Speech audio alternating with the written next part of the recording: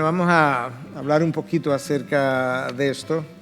En cierta medida, cuando este material primero se desarrolló por primera vez, se desarrolló primariamente para líderes. Pero eventualmente yo creo que los principios que líderes necesitan abrazar son principios que todo el mundo debiera abrazar. Y que en esencia lo que Dios demanda de ese líder es algo que demandaría de una u otra forma de las ovejas también o de todo hijo de él, excepto que aquellos que estamos en el liderazgo pues somos juzgados muchas veces por el mismo Dios de una manera más severa. De manera que lo que yo vaya a enseñar hoy, independientemente de que en ocasiones tenga como un sabor al líder, yo quiero que lo vean más bien como algo que se aplica a mí, porque de una u otra forma, aun si usted es una ama de casa que tiene hijos, usted está liderando hijos, está liderando niños, y por tanto estas cosas se aplican a ustedes también. Yo voy a comenzar con un versículo de la palabra que aparece en Lucas 6:40 y dice: un discípulo no está por encima de su maestro, mas todo discípulo, después de que se ha preparado bien, será como su maestro. Vamos a meditar un poquito en esa frase. Nota lo que Cristo está enseñando. Hay maestros, hay discípulos. Los discípulos están aprendiendo de los maestros. Los niños tienen a sus padres como discipuladores. El principal discipulador de un hijo no es el pastor de la iglesia. El principal discipulador de un hijo sigue siendo sus padres, porque ellos son los que modelan o no modelan, enseñan o no enseñan los principios que ellos debieran ir aprendiendo. Entonces, si tú miras esto, le pudiera poner de esta forma: un hijo no está por encima de su padre o madre. Entonces, más todo hijo, después que sea preparado bien, será como su padre o su madre. Alguien pudiera decir: bueno, pues pastor, mire, yo me convertí, yo no soy ni como mi padre ni como mi madre. Ciertamente, eso es un trabajo especial que Dios hizo.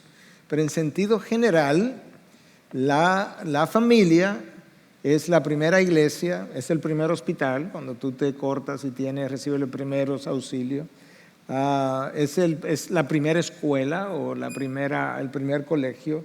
La familia es el primer todo. Y los hijos comienzan aprendiendo de sus padres formas de ver la vida y de reaccionar ante la vida. Y esas formas nos persiguen aún en la adultez. Dios puede transformar todo eso. Aún así, muchas veces todavía nosotros tenemos salpicadas o barniz de formas que aprendimos de ver la vida y reaccionar ante la vida de nuestros padres. Entonces, cuando hablemos de un discípulo, hablemos en el concepto más amplio posible, y cuando hablemos de un líder, hablemos también, o siervo, del concepto más amplio posible. Yo quiero hacer a lo largo del camino algunas diferenciaciones entre lo que es un líder espiritual y un líder natural. El mundo ha tenido múltiples líderes naturales, excelentísimos en términos de talentos naturales, en términos de su habilidad de comandar, que gente le siga. Puedes pensar en un Winston Churchill, puedes pensar en un Napoleón Bonaparte, puedes pensar en una cantidad enorme de gente que a lo largo de la historia marcaron la historia. Pero esa gente no lideró de la misma manera que se supone que un líder espiritual lidere. Para comenzar, un líder espiritual tiene en su foco a Dios. El líder natural se tiene él en el foco. Quien está en la mira del líder natural es el líder. Quien está en la mira del líder espiritual es su Dios.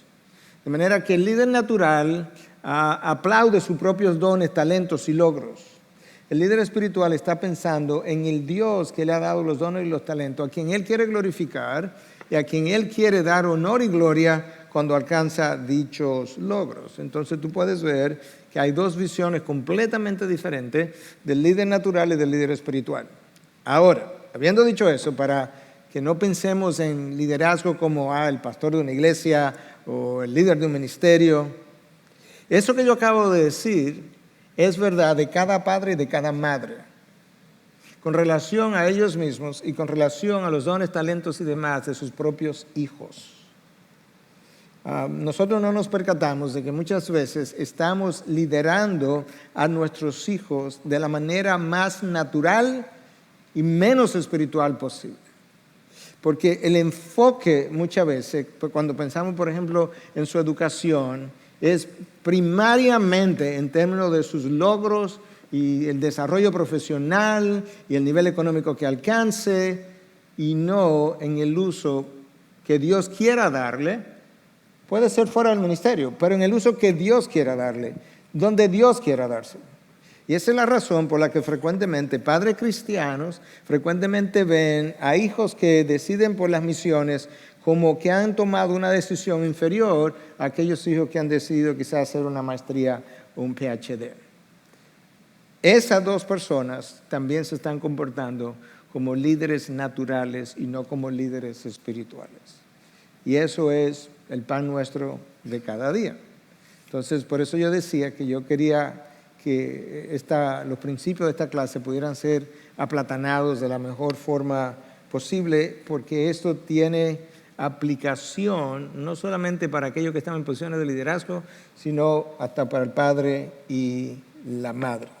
El niño tiene que aprender tempranamente que los dones y talentos que él tenga, que la inteligencia que él tenga, o si en el caso, por ejemplo, de las niñas, que la belleza que Dios pudo haberle regalado, esos son dones dados por Dios y no cualidades de las cuales debiéramos estarnos enorgulleciendo en ningún momento. Entonces eso se aprende en el hogar. Y el niño va subiendo como un niño espiritual o como un niño carnal, dependiendo de la educación que está escuchando o recibiendo de parte de sus padres. Y de ahí el énfasis que estoy haciendo. Entonces el liderazgo espiritual procura, ya yo mencioné esto, exaltar al dador de los dones, talentos y oportunidades. No los dones, a quien lo ha dado, a quien lo ha entregado. El líder natural lo que anda buscando es expandir su propio reino. Anda construyendo su propio futuro, su nombre, su fama, su reputación, versus ese otro líder o siervo espiritual que tiene a Dios en el centro. Ahora, yo mencioné a la hora de orar que nosotros tenemos una crisis de liderazgo. Esa crisis de liderazgo se extiende a todos los sectores de la sociedad. En el gobierno nosotros tenemos una crisis de liderazgo. Eso es cierto de Estados Unidos ahora mismo, como es cierto de República Dominicana ahora mismo, y es cierto del resto del mundo. Nosotros tenemos una crisis de liderazgo a nivel de las iglesias, a nivel global. Nosotros tenemos una crisis de liderazgo a nivel de las familias, a nivel global. Entonces, ¿quién va a reparar todo eso? Si la iglesia no provee las verdades, no es columna y sostén de la verdad, para que el liderazgo se pueda levantar con fortaleza, con convicción, nosotros vamos a perpetuar la crisis. La crisis es eminentemente masculina desde el día 1. ¿Sabe cuál fue el día 1? El día que Adán no lideró a Eva. Ha sido eminentemente masculina y ha continuado de esa manera, ha seguido degenerando. Pero tiene que haber una generación que se pare, admita que tiene una debilidad en su liderazgo como hombre y que quiera fortalecer ese liderazgo y quiera intencionalmente desarrollar su liderazgo. Eso no va a llover de los cielos, eso no se adquiere en oraciones siquiera. Yo puedo orar por eso, pero eso no es simplemente que yo oro todos los días que Dios me haga un mejor líder y ya mañana yo soy un mejor líder. No, eso no va a ocurrir así.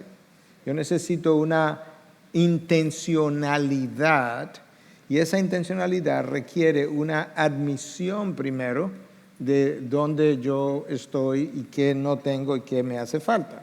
Entonces, esa crisis está empeorada porque hay una crisis de valores en la sociedad. Si tú no tienes valores que sustenten el liderazgo, entonces ese liderazgo no tiene zapata sobre la cual se puede apoyar y eso va a empeorar la condición en la que nosotros nos encontramos. El problema es que cuando tú no tienes valores, no puedes tener líderes a la manera de Dios. Y cuando tú no tienes líderes, tú no tienes quien modele los valores. Ahí está el problema. Los valores no son suficientes con que yo lo enseñe. Yo tengo que modelar los valores. El otro que te conoce, el otro que te ve, el otro que vive contigo, tiene que ser capaz de identificar los valores en tu vida. Y si esos valores no son identificables, pues sabes que yo no los conozco. Yo tengo noción de ellos, pero no los conozco, porque conocer implica realmente, en el mejor sentido de la palabra, que lo vives. Eso no nos hace perfectos, eso no nos hace inmune a los resbalones, eso no nos hace inmune a las debilidades humanas. No, Dios sabe mejor que nosotros esas cosas. Pero en general, tu vida no está caracterizada por los antivalores, sino por los valores. Lo otro que se presenta en la vida nuestra es parte de ese proceso de santificación en el que todos nosotros estamos. Pero mira algunas estadísticas que identifican la crisis como eminentemente masculina. Los niños sin padre, cada vez que dice padre le hace masculino, ¿verdad? No padre general, varón o hembra, sino el varón. Sin padre tienen un riesgo dramáticamente mayor de abuso de drogas y alcohol, enfermedades mentales, suicidio, desempeño educacional deficiente, embarazo en adolescentes y criminalidad. Si tú tomas las familias, le quita el padre, tú tienes más de eso que si le quita la madre. Eso nos da una idea. La mayoría de los adolescentes en cárceles hoy en día vienen de hogares donde el padre no está. La mayoría de los adolescentes que no terminan la escuela secundaria vienen de hogares donde el padre no está. Más de la mitad de todos los niños que viven con una madre soltera viven en la pobreza. El nivel económico de las familias es profundamente afectado cuando el padre no está. Una tasa de 5 a 6 veces mayor a lo de los niños que viven con ambos padres. Tú puedes ver que el desarrollo económico de la familia es profundamente afectado por la ausencia del padre. El 63% de los suicidios juveniles son de hogares sin padres.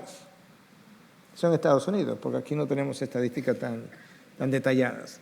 El 72% de los asesinos adolescentes crecieron sin padre. 72%. El 60% de los violadores de Estados Unidos creció de la misma manera, de acuerdo con este estudio que está siendo presentado. El 71% de todos los desertores de la escuela secundaria, ya yo lo mencioné, provienen de hogares sin padre. El 80% de los violadores motivados por la ira desplazada provienen de hogares sin padre, según un informe de lo que es esta institución en Estados Unidos. Entonces, ahora tú tienes una idea de que ciertamente la figura masculina juega un rol vital en el desarrollo de las familias. Vital, en la estabilidad de la familia. No sé cuántos solteros y solteras hay aquí, yo no le voy a pedir que levanten la mano. Pero en una ocasión, nosotros invitamos a nuestra casa 17 muchachas solteras de la IBE. A propósito. Y le preguntamos a esta muchacha, le dijimos, mira, le invitamos para conocerlo un poquito mejor, pero yo quiero conocer un poco mejor qué es lo que está pasando con los solteros de la IBE. Y le dije, ustedes son 17, y hay un grupo de solteros, varones, allá también, pero yo veo como que ustedes no se están entrelazando, como que ustedes siguen solteras y ellos siguen solteros, pero están ahí. ¿Cuál es el problema? La causa número 1. ¿Cuál tú piensas que fue? Bueno, está relacionada a eso, pero inmadurez. Ya podía creer, yo casi no puedo dormir esa noche. O sea, de manera consistente, las muchachas de la iglesia, y eso no es típico de esta iglesia solamente, dicen que como que no están tan interesadas en muchachos solteros de su misma comunidad, porque el micrófono está inmaduro. Por falta de madurez. Yo fui y le dije a los solteros eso. Y hay que volver otra vez. Porque, ¿sabes qué? Hubo una reacción positiva de parte de un grupo. Y se casaron varios. Pero estamos en la misma situación otra vez.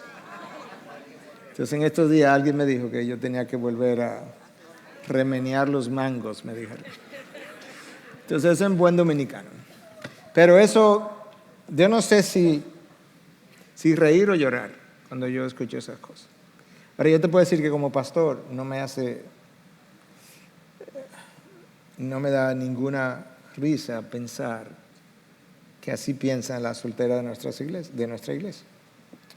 Entonces ahora, en medio de la sociedad en la que nosotros nos encontramos, donde no hay valores, nosotros tenemos una crisis de carácter.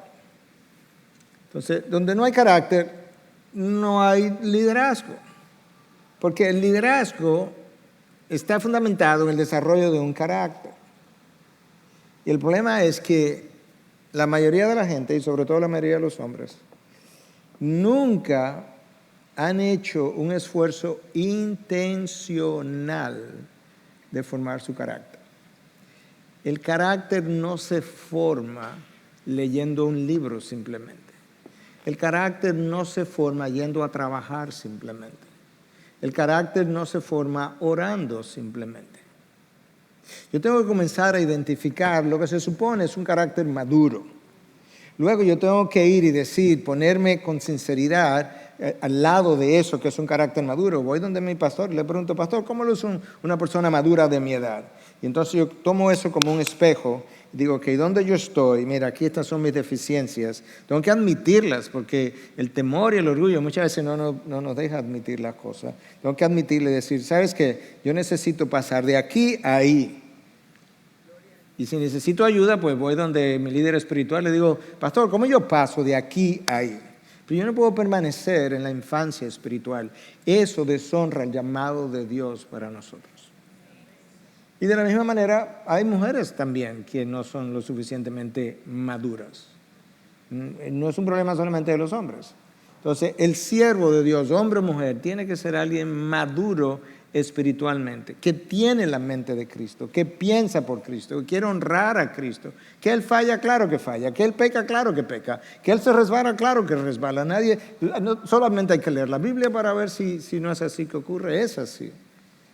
Pero en sentido general hay algo más que caracteriza su vida, en sentido general, que son estas cosas que laten en el corazón de Dios.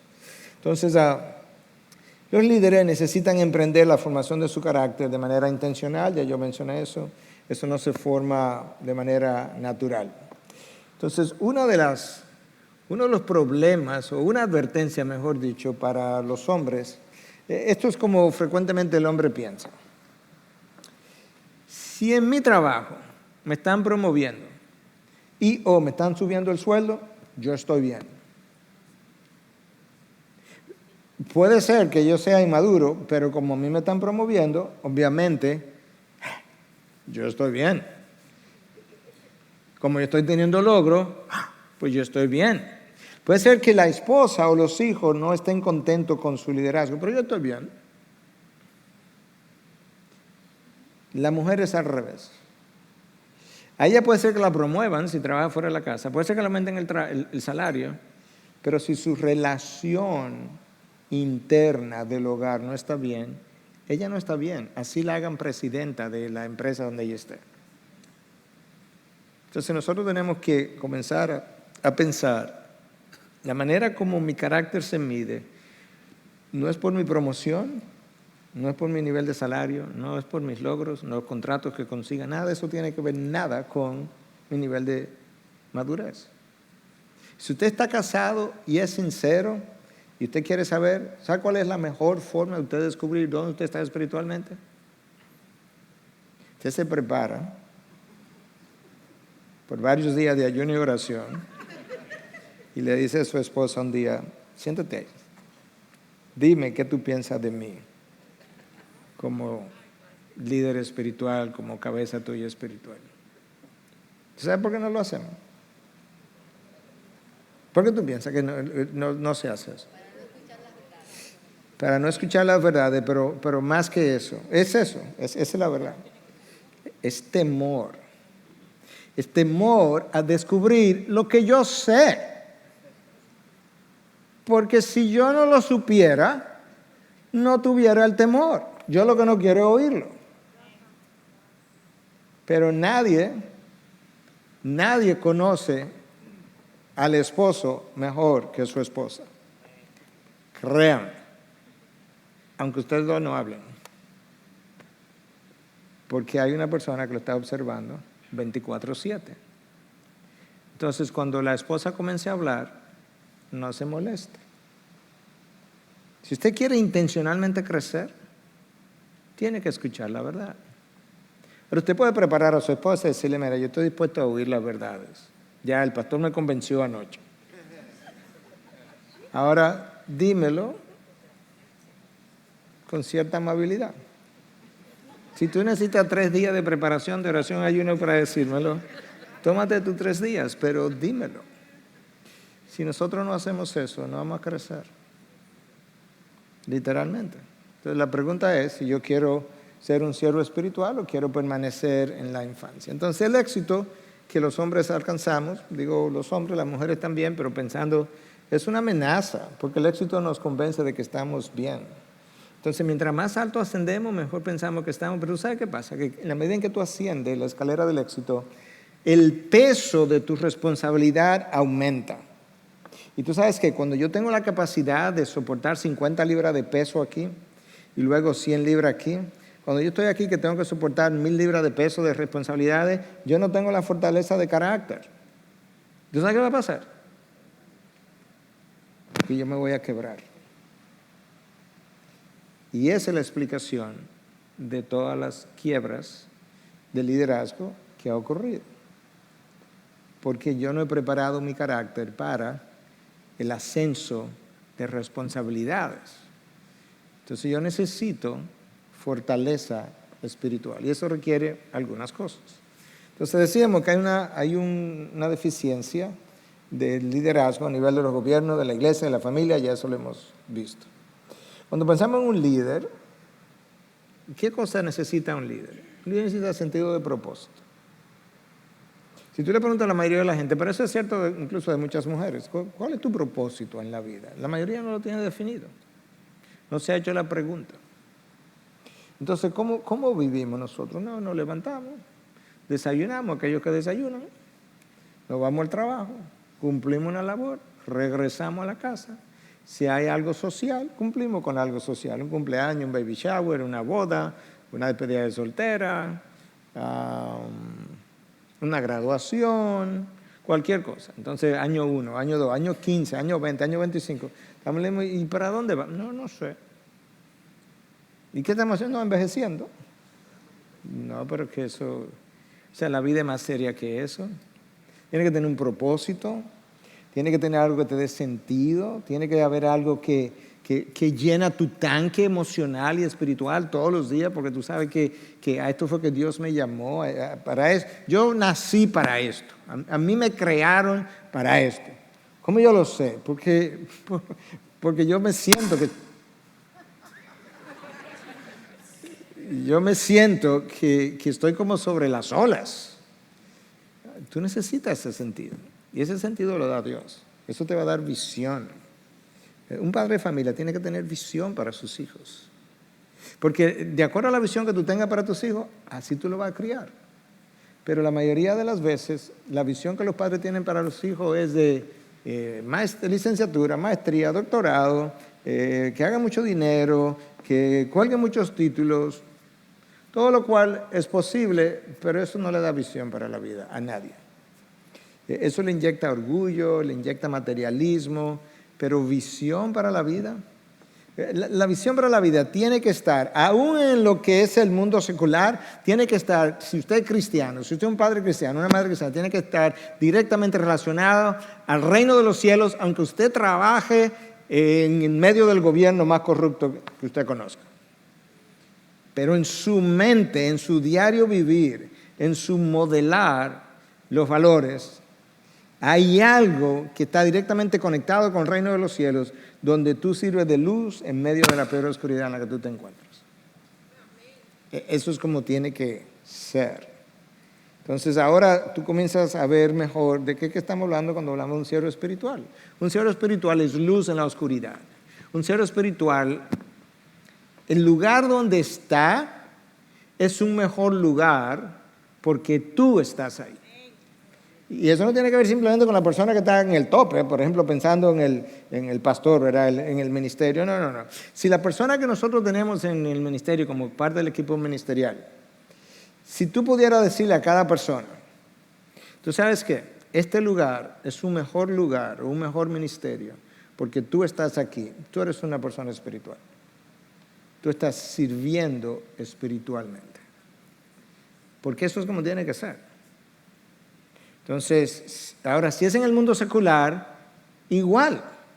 Alguien debe decirte, ¿sabe qué, doctor? Estos casos en los que usted ha estado involucrado, de alguna manera, han tenido mejor resultado de un tipo o de otro, porque usted está aquí. Y eso es lo mismo para el que barre la calle, eso no cambia. En otras palabras, la persona espiritual es una persona que cambia el lugar donde está. Y eso es válido para el padre y la madre de una familia. Él o ella cambian el lugar, enriquecen la vida del otro. Por dones, talentos, forma como Dios le usa, iluminación que Dios le da, porque si está viviendo el propósito de Dios, está en el lugar para el cual la persona fue creada, y si la persona fue creada para eso y está en eso, ¿sabes qué? Obviamente el lugar tiene que ser mejor porque te crearon para eso. Si está fuera del lugar, no, quizá el lugar no es mejor donde está porque no te crearon para eso. Y ese es como el sentido de lo que es un siervo espiritual. Un siervo espiritual tiene convicción. Las convicciones nos sostienen. Las convicciones no nos hacen perfectos. Las convicciones no nos hacen sin pecado. No, nunca jamás. Eso es Jesucristo. Pero las convicciones nos retienen en el pecar incluso y no nos dejan ir más allá de donde pudiéramos llegar si las convicciones no existieran. O después de ir más allá, las convicciones nos alan para atrás otra vez. ¿Por qué? Porque ellas tienen fuerza moral, porque el Espíritu de Dios está detrás de eso. Entonces a eso es que me refiero, porque tenemos que concebir, cada cosa que tú concibes en esta vida, tiene que concebirlo dentro de un plano de un mundo caído. No puedes concebir las cosas dentro de aquel lado de la gloria. O sea, no podemos hablar, por ejemplo, de liderazgo espiritual, de cómo quizás el arcángel Miguel lo está haciendo de aquel lado de la gloria, porque no estamos ahí. Es de este lado de la gloria donde estamos, donde hay resbalones y caídas y debilidades y todo lo demás, todo lo que tú y yo conocemos. Pero las convicciones te sostienen, las convicciones te retienen, restrain, no te dejan ir más allá, y las convicciones te regresan cuando ha ido más allá. Te dicen, no, aquí es que yo tengo que estar. Entonces el líder espiritual necesita convicciones. Todo eso le da fortaleza de carácter. Yo conversaba, ¿cuándo? Anoche. No, esta mañana. Estaba donde la dentista y no sé cómo surgió la conversación relacionados a esta persona, a esta profesional, y ella me decía, tienen toda su vida resuelta, pero viven vacías. Y yo le decía, es que no hay fortaleza de carácter en esta generación. La depresión que entró el mundo en el año 1929 al 35, hundió al mundo en una depresión económica enorme. Se entiende hoy que esta generación no tiene la fortaleza de carácter para pasar por una depresión de ese tipo. Que si eso pasara, hubiera un descalabro de la sociedad, que es lo que yo creo que va a pasar, como quiera, en los años siguientes, justamente porque no hay fortaleza de carácter. Y el carácter se forma en el fuego. Pero si nosotros queremos resolverle todos los problemas a nuestros hijos, de manera que desde que están creciendo, no le dejamos pasar ningún trabajo ni ningún riesgo y los sobreprotegemos, yo estoy creando una generación débil. Como lo decía, creo que fue C.S. Lewis, una generación sin pecho, hablando de los hombres, como sin pecho, ¿verdad?, en la representación masculina. Un ejemplo que yo he dado, no sé si lo he dado en este grupo más grande, pero de cómo tuve formando el carácter de un niño en Estados Unidos versus uno en Santo Domingo es el siguiente. El niño que está gateando comienza a acercarse aquí a estos escalones y todos los adultos que están por ahí, sobre todo papá y mamá, desde que el niño va como llegando un poquito cerca, ¡cuidado! ¡Hey! Todo el mundo sale corriendo y cogen al niño y le dan hasta pao. Yo viví en Estados Unidos. El niño lo cogían, le daban la vuelta de reversa, lo ponían en el escalón, el papá o la mamá seguía bajando con él de reversa hasta que llegaba al primer piso. Entonces, cuando el niño comenzaba a gatear hacia la escalera, el papá o la mamá salían corriendo. Le decían, voltéate. Y el niño tú lo veías ahí como una tortuguita volteándose y bajando la escalera. Esa es la diferencia entre enseñar a un niño a ser responsable, autorresponsable por su condición, o sobreproteger a un niño de manera que él cuando se casa piensa que se casó con su mamá. No es así, mujeres casadas. Pero si usted sigue siendo su mamá, él no va a crecer tampoco. Tiene que recordarle que usted no es su mamá. Usted es su esposa. Y él tiene que crecer. Y eso es válido en todas las sociedades. Yo comencé con este versículo. Un discípulo no está por encima de su maestro, mas todo discípulo después que se ha preparado bien será como su maestro. Piensa a quién tú has influenciado, puede influenciar. Ya sea como padre, madre, como pastor, como tú quieras. Pero el texto me está diciendo, Cristo, para poderlo poner como, darle peso. Cristo está diciendo, oye, tú tienes discípulos, ellos van a ser como tú. Más o menos, ellos van a ser como tú. Si tú quieres que ellos que estén bien, tú tienes que asegurarte de que tú le pases y le modeles la educación necesaria para que ellos puedan surgir como deben ser. El apóstol Pablo le escribió a Timoteo y le decía a Timoteo, lo que tú has oído de mí ante muchos testigos, esto encarga a hombres fieles, que sean idóneos para enseñar también a otros. Lo que implica que Pablo se ocupó de educar a Timoteo, de pasarle los valores, lo que has oído de mí. A mí me gusta cuando yo puedo encontrar en la palabra enseñanza tan directa como esta, que Pablo no le dice, Timoteo, recuérdate lo que tú has aprendido, no sé, de las cartas que hemos estado escribiendo. No, lo que tú oíste de mí, lo que yo me invertí en ti, tú oíste todo, tú recuerdas todo lo que yo te he enseñado, eso que has oído de mí. Pásalo, búscate a hombres fieles y pásalo, para que ellos entonces puedan enseñar también a otros.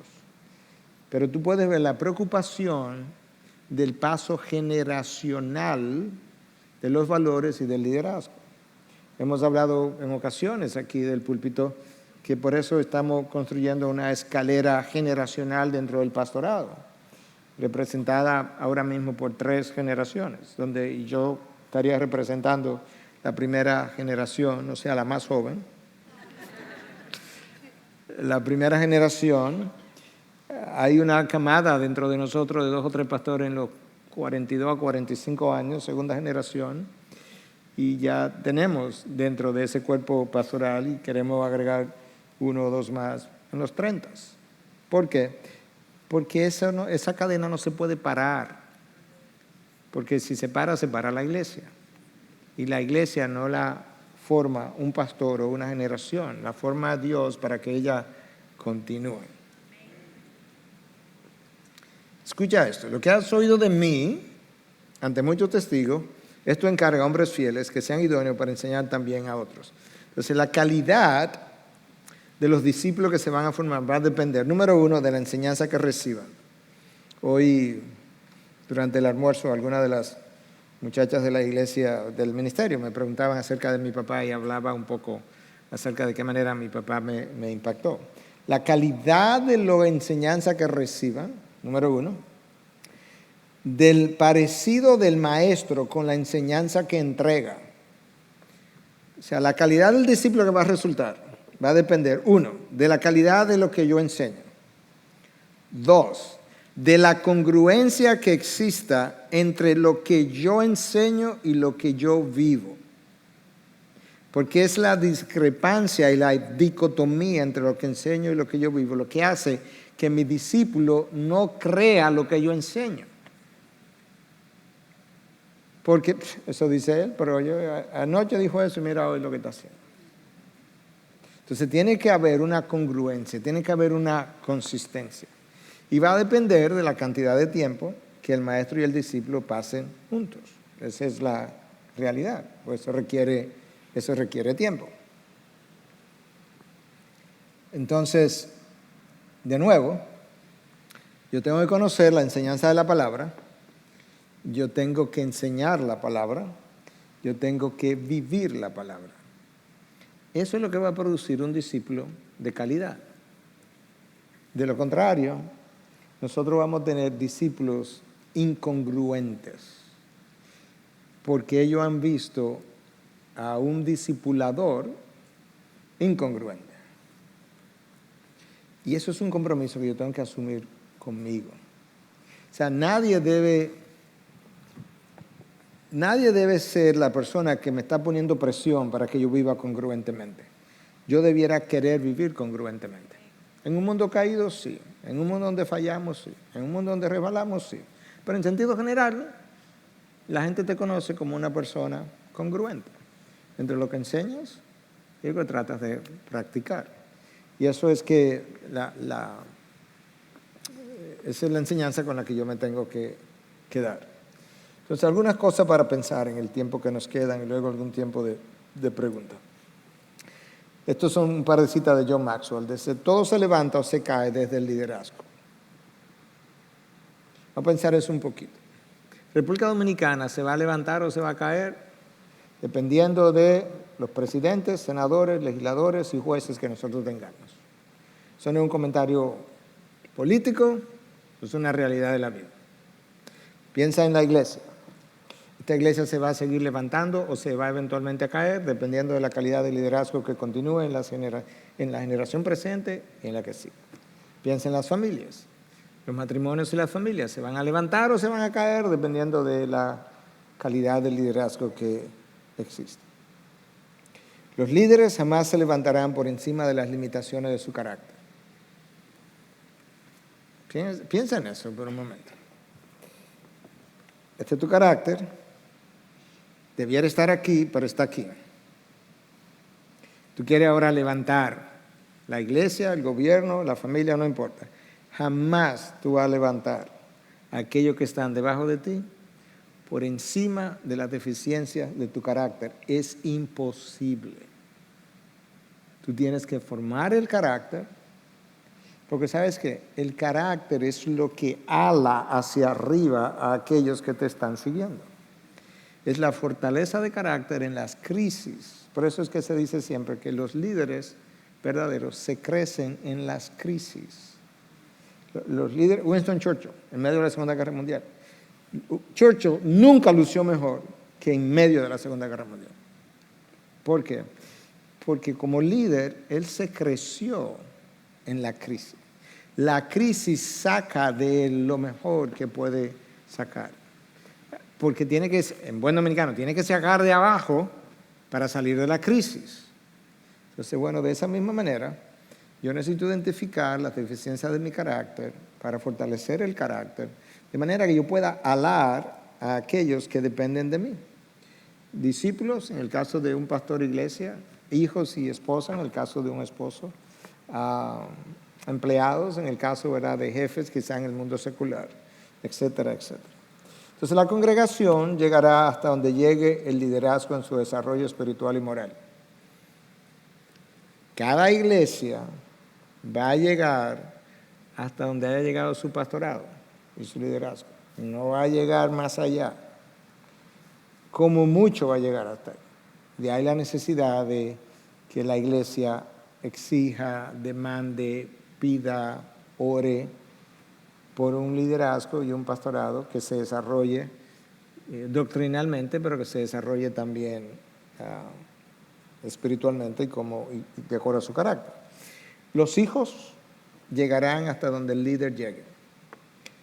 Por lo menos en una etapa temprana, porque obviamente nosotros nos convertimos, Dios nos redime, Dios redime mi tiempo y sobrepasamos a nuestros padres muchísimas veces, por mucho, sí, es verdad. Pero inicialmente, cuando ellos están bajo esa tutela, cuando ellos están bajo ese cuidado más directo, los hijos se van a levantar como los padres o hasta donde los padres se hayan podido levantar. No se pueden levantar más allá. Y eso le pone peso a nuestro llamado. Los matrimonios, esposos que están aquí, llegarán hasta donde llegue el esposo.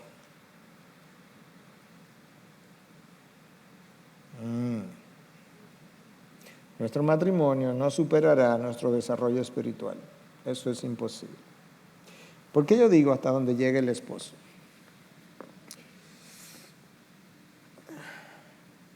Porque si bien es cierto que hay esposas que tienen mayor liderazgo que sus esposos, es cierto.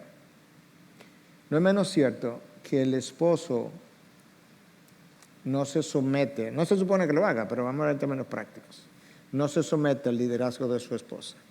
De manera que aun si su esposa lo supera en liderazgo, él no se va a someter a ella, a ese liderazgo.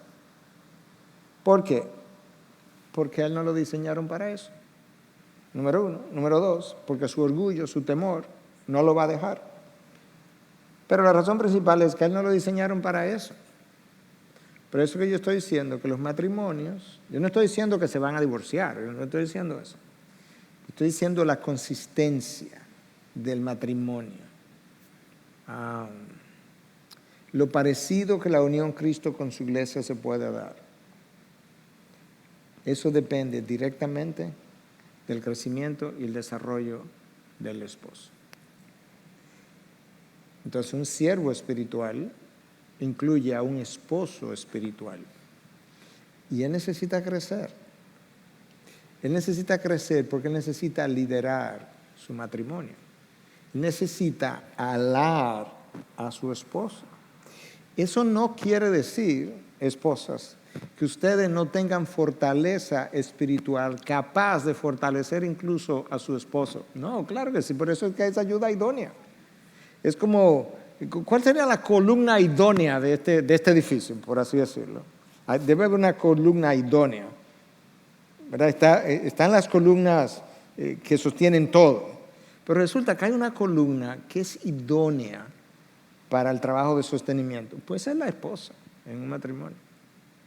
Es idónea, ella tiene una fortaleza también de carácter, pero no fue diseñada para llevar el peso del matrimonio y de la familia, porque lo diseñaron al hombre para eso y que ella contribuya a fortalecer eso, de manera que ella enriquece a su esposo enriquece a ella en su función y eso enriquece todo el núcleo familiar.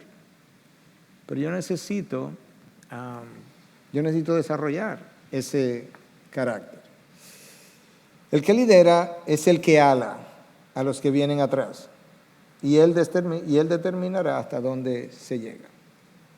Por eso, el mayor reto que yo tengo como pastor, cabeza de esta iglesia, Dios lo sabe, yo lo vivo todos los días, ese reto es seguir creciendo todos los días. Porque como pastor cabeza, yo tengo pastores que trabajan conmigo, que no lo consideramos inferior. Nosotros incluso tomamos decisiones siempre unidos. Pero yo tengo pastores que liderar también, que son más jóvenes. Y yo necesito seguir creciendo para poder seguir ayudándolos a ellos a ascender y seguir ayudándolos a alar. Y a la congregación también. Entonces mi mayor reto es que cada sermón preparado a mí me haya hecho crecer. Pastor, ¿cuándo usted sabe que ya usted no tiene que prepararse más y que puede comenzar a escribir su sermón? Cuando yo haya crecido. Ese es mi criterio. O sea, yo estoy leyendo, estudiando, pensando, reflexionando, orando, hasta que yo haya crecido. Después que yo haya crecido, de alguna manera, En entendimiento, en dimensión, en profundidad, convicción. Quizá me dio convicción de pecado, me arrepentí, crecí. Entonces digo que ahora yo estoy listo para poder enseñar algo a alguien. Hay pastores itinerantes, ¿sabes? Que viajan y se pasan la vida viajando y tienen como 20 o 30 sermones, que ellos, esos son los que predican, 20 o 30 sermones. Donde quiera que van, pues van a un sitio diferente. Él no va a crecer así. Porque 20 o 30 sermones no pueden ayudar a crecer a un predicador. Lo ayudan a salir del paso cada vez que sale, porque ahí están. Pero él tiene que crecer en la preparación de su material. Cuando el liderazgo se estanca la familia, si es la familia, se estanca la iglesia, si es la iglesia, se estanca el gobierno cuando es el gobierno, se estanca la institución privada, si es la institución privada, se estanca la institución pública, si es una institución pública. Donde se estancó el liderazgo, se estancó todo. Entonces el liderazgo espiritual, como hemos dicho tantas veces, tiene más que ver con ser que con hacer. Nosotros nos gusta hacer, pero nosotros tenemos que ser primero. Y tú ves eso en la palabra, una y otra vez. El ejemplo clásico, Moisés, 80 años formando a Moisés. Nosotros queremos servir de una vez. Esta generación no sabe esperar. Pero eso no era así antes. Había un proceso de formación, de madurez, de formación del carácter. Una cosa es lo que somos y otra cosa es lo que el mundo cree que somos. Lo que somos es nuestro carácter, lo que el otro cree que somos es nuestra reputación. Nosotros nos preocupa más la reputación, ¿no? Nos preocupa más el nombre, nos preocupa más lo que el otro dirá de nosotros, lo que el otro piensa. En realidad, nada de eso debiera preocuparnos. Mi preocupación debe ser lo que Dios piensa de mí. De eso debe estar mi preocupación. Todo lo demás es secundario o sin importancia. Entonces yo tengo que, un líder espiritual piensa a través de Dios. Él habla con Dios. Él es sincero con Dios. Él se confiesa con Dios. Él se arrepiente con Dios. Yo le he dicho, lo voy a cansar de decírselo. Todas mis oraciones, todos los días, comienzan con una confesión. Y la razón por la que yo hago eso es porque yo entiendo que como no soy Jesucristo, tengo algo que decirle al Señor de que me perdone. Donde yo haya fallado hoy. Si lo sé, le digo dónde. Si no lo sé, le digo que me muestre y que me limpie y que me ayude a crecer. Entonces, si el líder espiritual o la persona espiritual, el siervo espiritual, no es ni siquiera sincero con Dios, ¿dónde que él va a crecer? ¿A dónde que él va a ver sus faltas? ¿A quién le va a creer? Porque ni a Dios le cree. Yo tengo que exponer mis debilidades a Dios. Y sabes que Dios me va a entender más que cualquier otro. Él no necesariamente me va a apoyar, pero me va a entender. Y me va a ayudar a entender y a procesar. Me va a ayudar a procesar, como persona caída que soy, su perdón, a procesar su próxima oportunidad, a procesar balanceadamente donde ha estado la falla y me va a ayudar a procesar mi santificación de una manera sana. Pero eso es que me encanta hablar con Dios, porque si hay alguien que me puede ayudar en todo eso, es Él. Dios está interesado en el carácter del individuo, que es básicamente el corazón de la persona. Entonces, un buen líder espiritual no le exige a otros lo que Él no ha dado primero. No le exige ni a sus hijos lo que Él no ha dado primero. No le exige a su esposa lo que Él no ha dado. El líder espiritual o el siervo espiritual, para borrar un poco esa palabra líder, el siervo espiritual, él entiende que él no puede estar demandando una cosa que él no da, porque es incongruente, porque es hipócrita pedirlo, porque no se supone que yo demande algo que yo no te he mostrado primero. Cristo no lo hizo. Cristo nos dijo que lavemos los pies unos a los otros, pero Él lo hizo primero. Cristo dijo que tenemos que morir a nosotros mismos, sí, pero Él murió primero. De manera que no importa dónde tú estés sirviendo, si tú quieres pedirle a alguien que haga algo, hazlo tú primero, modélalo tú primero. Eso es un siervo espiritual. Y eso va desde servicio hasta a veces que decimos, fulano no saluda. Bueno, pero por eso yo no lo saludo, porque él ni saluda a nadie. Bueno, pues si tú quieres que te saluden, comienza tú saludando. En esta iglesia yo no encuentro que nadie me ama. Comienza tú amando, porque no pidas tú que te amen si tú no estás amando primero. ¿Me entienden? ¿O está complicado eso en griego que le estoy hablando? No es tan complejo. Y sabes que la palabra tiene todos los ejemplos ahí. Cristo es el primero que no pidió una sola cosa que él no modelara primero. No hizo una sola. Y sobre todo si tú tienes la posición de líder. Déjame avanzar, porque el tiempo ha avanzado, para leerte algo que Napoleón Bonaparte dijo de Cristo, para que tú puedas ver la influencia del carácter a lo largo del tiempo. En una ocasión, Napoleón Bonaparte llamó a Montholon a su lado, uno de sus generales, y le hizo la siguiente pregunta: ¿me puedes decir quién fue Jesucristo? El conde se negó a responder. Napoleón continuó: pues bien, yo te lo diré. Alejandro, César, Carlomagno y yo mismo fundamos grandes imperios. Pero ¿de qué dependían estas creaciones de nuestro genio? De la fuerza. Solo Jesús fundó su imperio sobre la base del amor. ¿Tú escuchaste eso? O sea, tú conoces un imperio que fundado y que sobre el amor. La razón por la que eso a nosotros nos puede resultar como extraño es porque cuando pensamos en el amor, pensamos en el cuchicuchi, mi amor, y todo eso está bien. Pero ¿sabes qué? El amor romántico no tiene elasticidad. Él se rompe. El único amor que tiene elasticidad es el amor incondicional. ¿Y cuánta elasticidad tiene? ¿Sabe por qué? Porque es sin condiciones. No tiene condiciones. Entonces, sobre la base de ese amor, Cristo fundó un imperio. Sobre la base de ese amor, tú puedes fundar tu matrimonio. Sobre la base de ese amor, tú puedes fundar una amistad. Sobre la base de ese amor, tú puedes fundar una relación oveja-pastor. Incondicional. ¿Pero hasta dónde, pastor? Tú no has oído la palabra. Incondicional. Pero no hay condición, no, es incondicional. Porque no depende de lo que el otro me devuelva, depende de lo que yo estoy dispuesto a dar. Sobre la base de ese amor ágape, Cristo fundó un imperio. Sobre la base de un amor así, nosotros debiéramos fundar todas nuestras relaciones. Entonces Jesús fundó su imperio sobre la base del amor y hasta este día millones de personas morirían por él.